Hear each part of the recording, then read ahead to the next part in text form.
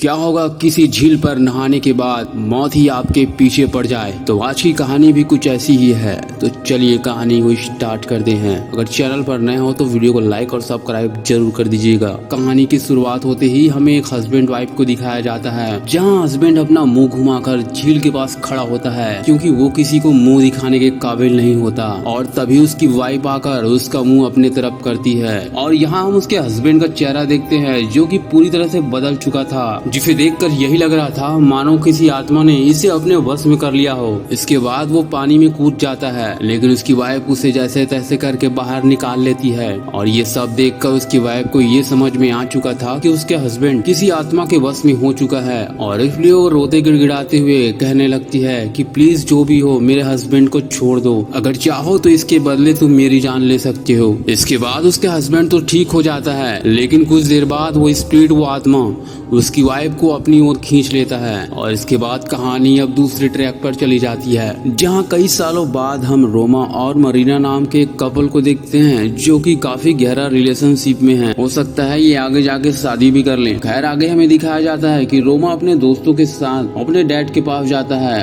और ये वही जगह है जिसे मूवी की शुरुआत में हमें दिखाया गया था। दरअसल जो लेडीज यहाँ पे मरी थी वो रोमा की मॉम थी। खैर यहाँ रोमा और उसके फ्रेंड जब घर के अंदर जाते हैं तब वो देखते हैं कि घर में पानी भर चुका है। ये देखकर रोमा और उसके फ्रेंड को यही लगता है कि शायद घर काफी पुराना हो चुका है, इस वजह से यहाँ पानी भरा हुआ है। लेकिन उन्हें आगे होने वाले घटनाओं के बारे में जरा सा भी अंदाजा नहीं था। इसके बाद रोमा यहाँ उसी पुल में आकर कूद जाता है और वो नहाने लगता है, और तभी उसे लगता है कि शायद उसके अलावा यहाँ और कोई भी है। और वो जैसे ही उस पानी से बाहर निकलता है तब वो देखता है कि एक काफी खूबसूरत लड़की बाहर खड़ी हुई है। रोमा उसे देखकर देखते ही रह जाता है। तब वो लड़की उससे पूछती है कि क्या तुम मुझसे प्यार करते हो। तब रोमा उसे हाँ कहता है और उसे किस कर देता है, और तब वो लड़की हंसने लगती है, जिसकी हंसी काफी खौफनाक होती है। यहाँ काफी समय बीत चुका था, लेकिन रोमा का कहीं भी कोई खबर नहीं था। इसके बाद मरीना रोमा को कॉल करती है, लेकिन उसके कॉल का कोई भी रिस्पॉन्स नहीं आता। वो काफी परेशान हो जाती है।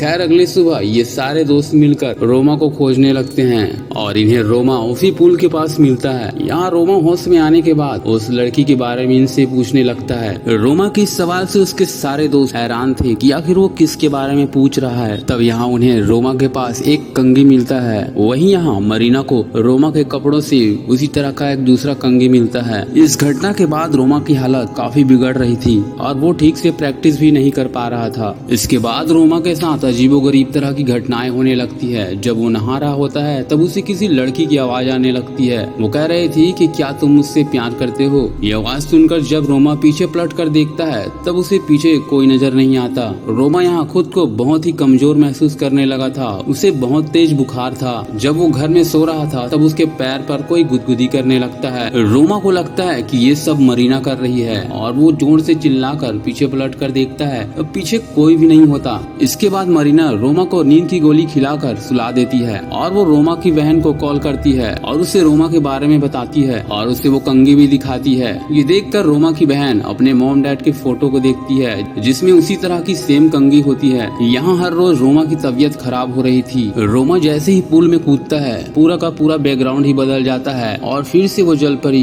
यहाँ आकर उससे पूछने लगती है कि क्या तुम मुझसे प्यार करते हो। तब रोमा उसे मना कर देता है, और वो ये देखकर काफी डर जाता है और बेहोश हो जाता है। इस घटना के बाद रोमा की हालत और भी ज्यादा खराब हो जाती है, और इसलिए उसे हॉस्पिटल में एडमिट होना पड़ता है। यहाँ रोमा अपने सारे दोस्तों को अपने साथ हुए सारे घटनाओं के बारे में बता देता है कि किस तरह से वो लड़की उसे मिली थी, और उसके बाद से उसके साथ ये सारी घटनाएं हो रही हैं। तब उल्का उससे पूछने लगती है कि वो लड़की तुम्हें कहाँ मिली थी। वो बताता है कि जब झील में वो पहली बार नहाने गया था तब वो लड़की उसे वहाँ मिली थी, और मैंने उसे किस भी किया था। ये सुनकर मोरिना को काफी गुस्सा आ जाता है और वो यहाँ से जाने लगती है। यहाँ रोमा भी उसे मनाने के लिए उसके पीछे चलने लगता है, लेकिन वो काफी ज्यादा कमजोर हो चुका, इस वजह से वो धीरे धीरे जा रहा था। और तभी यहाँ जाते हुए मरीना को किसी की आवाज सुनाई पड़ती है। वो उस आवाज की ओर आगे बढ़ जाती है। रोमा यहाँ उसका पीछा करते हुए यहाँ पहुँच जाता है, लेकिन तभी यहाँ रोमा के पीछे वो जलपरी, वो मरमेड आ जाती है। दूसरी ओर यहाँ मरीना और उसके दोस्त यहाँ रोमा को बचाने आ पहुँचते हैं, और यहाँ आकर वो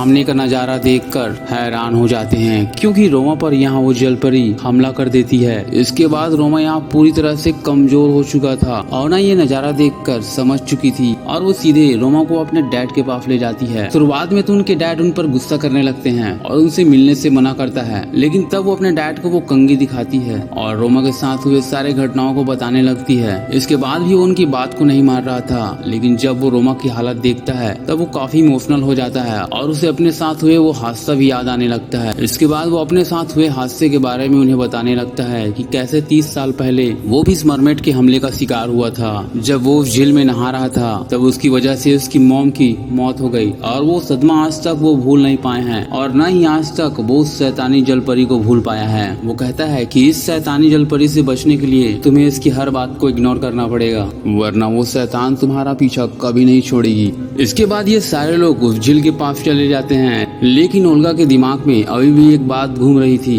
कि आखिर वो लड़की कौन है और कहां से आई है, कहीं उसने भी यहाँ सुसाइड तो नहीं की। और ये जानने के लिए ओल्गा रोमा के दोस्त लिया के साथ उसी पुल पर चली जाती है और यहाँ लिया पानी में कूद जाता है। वो तैरते हुए आगे जाता है जहाँ उसे बहुत सारे डेड बॉडी मिलता है और साथ ही एक कब्र मिलता है जो कि उसी जलपरी की थी और उसका नाम गैलगुरिया था। खैर लिया जब वापस ऊपर आता है तब वो जलपरी उसे अंदर की ओर खींचने लगती है, लेकिन लिया जैफे-तैफे करके बाहर निकल आता है और ओल्गा को सारी बात बताता है और यहाँ उन्हें जलपरी के बारे में पता चलता है। दरअसल उस जलपरी का नाम लीजा गैलगुरिया होता है। वहीं मरीना को सामने वाले घर पर एक लेडीज दिखाई पड़ती है और वो तुरंत उसे देखने चली जाती है। यहाँ जाने के बाद पता चलता है कि वो और कोई नहीं बल्कि रोमा की मॉम है, जो कि एक खौफनाक शैतान बन चुकी है और वो कहती है कि वो मरने से पहले एक मैजिक कर रही थी। और इतना ही नहीं, वो मरीना से कहती है कि जो तुम्हारा है वो तुम ले लो और जो मेरा है वो मुझे दे दो। उसकी शक्ल इतना खौफनाक था कि मरीना उससे डरकर यहाँ से भागते हुए सीधा रोमा के पास पहुँच जाती है। तब मरीना देखती है कि कोई चीज, कोई शैतानी आत्मा रोमा को खींचते हुए बेसमेंट की ओर लेकर जा रही है। ये देखकर मरीना रोमा का हाथ पकड़ लेती है और उसे बचाने के लिए अपनी पूरी ताकत लगा देती है, लेकिन यहाँ वो जलपरी रोमा को छोड़ने के लिए तैयार ही नहीं थी। इसलिए मरीना उस जलपरी को दे मारती है, जिससे वो जलपरी रोमा को छोड़ देती है और अब मरीना उस जगह उस दरवाजे पर कील ठोककर उसे मजबूत कर देती है। वहीं दूसरी तरफ ओल्गा सबको बताती है कि पुराने जमाने में जब लोग सुसाइड करते थे तब उन्हें इसी तरह के झील किनारे दफन किया जाता था। हो सकता है उस जलपरी ने भी सुसाइड की होगी और उनका कब्र इसी झील किनारे बनाया होगा, जो कि समय के साथ पानी में डूब गया होगा। साथ ही वो मरीना को भी कहती है कि तुमने उसकी कंघी लेकर बहुत बड़ी गलती की है, क्योंकि जलपरियों की ताकत उनके बालों में होती है। इसके बाद मरीना जिया को लेकर एक रूम के पास जाती है और उसे वहां बाहर खड़ा होने को कहकर वो खुद अंदर चली जाती है और यहाँ उस जलपरी की आत्मा को बुलाने की कोशिश करती है। और तब वो जलपरी यहाँ जिया के पीछे आकर कहती है कि क्या तुम मुझसे प्यार करते हो? तब जिया कहता है कि हाँ, क्योंकि उसने रोमा की तरह जिया को भी अपने कंट्रोल में कर लिया था।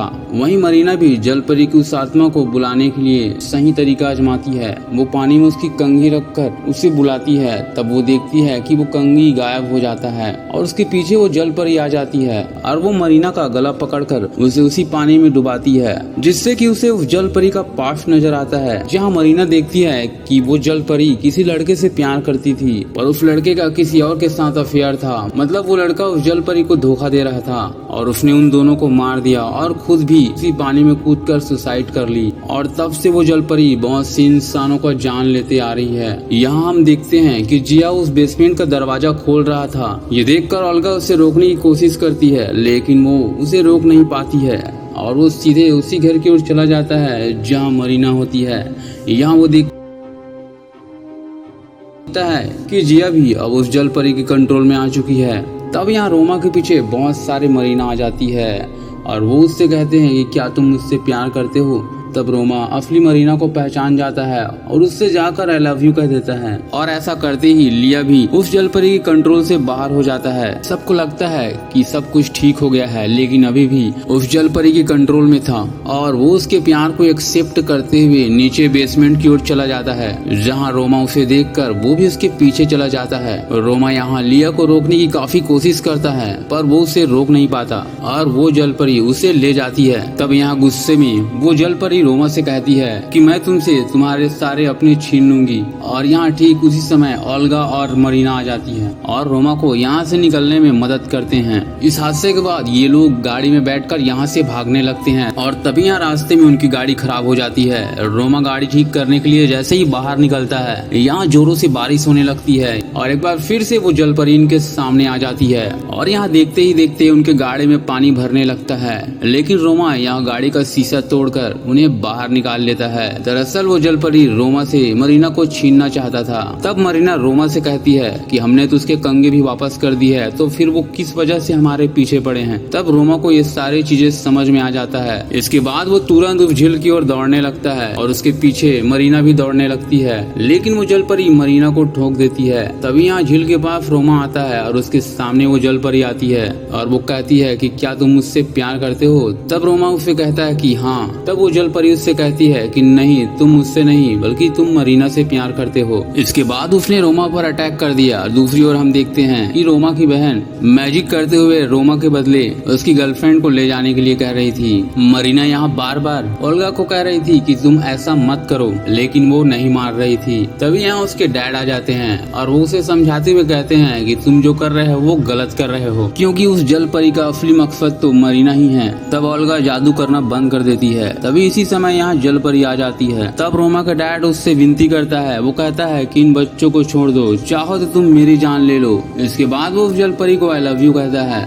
इसके बाद वो जलपरी उसके डैड को ले जाती है। ये देखने के बाद ओल्गा अपने डैड की जान बचाने के लिए उस जलपरी का बाल पकड़ लेती है। वहीं मरीना भी अपने पास से कैंची निकालकर उसके बाल को काटने लगती है, क्योंकि जलपरी की ताकत उसके बाल में होती है और बाल काटते हुए वो जलपरी कमजोर होने लगती है। और इसके बाद वो ओल्गा को अपने साथ ले जाती है। यहाँ मरीना ओल्गा और उसके डैड को बचा नहीं पाती, लेकिन वो रोमा को बचाने के लिए दौड़ते हुए झील के पास पहुँच जाती है। यहाँ रोमा दर्द से तड़प रहा होता है। यहाँ मरीना रोमा को हौसला दे रही थी। वो कहती है कि जलपरी की ताकत उसके बालों में होती है, लेकिन रोमा यहाँ बेहोश हो जाता है और वो उस झील में छलांग लगा देती है, जहाँ पर वो जलपरी मरीना पर अटैक कर देती है और इन दोनों के बीच काफी हद तक लड़ाई होने लगती है। तभी मरीना उस जलपरी के बाल को काट देती है और वो उस झील से बाहर निकल जाती है और रोमा के गले लग जाती है। ये सुनकर रोमा को उस पर शक हो जाता है और वो उसकी चोटी काटने लगता है, जिससे कि वो जलपरी काफी कमजोर हो जाती है। इसके बाद रोमा उस झील पर छलांग लगा देता है और तब वो पानी के नीचे मरीना को देखता है और पानी से बाहर लाकर उसको सांस देने लगता है। इससे मरीना ठीक होकर उसके गले लग जाती है। दोस्त, अगर दिल में सच्चा प्यार हो तो आप किसी भी मुसीबत का सामना कर सकते हो। तो इस तरह का वीडियो देखने के लिए इस चैनल को लाइक और सब्सक्राइब जरूर करिएगा। मैं मिलता हूँ आपको एक नई मूवी के साथ।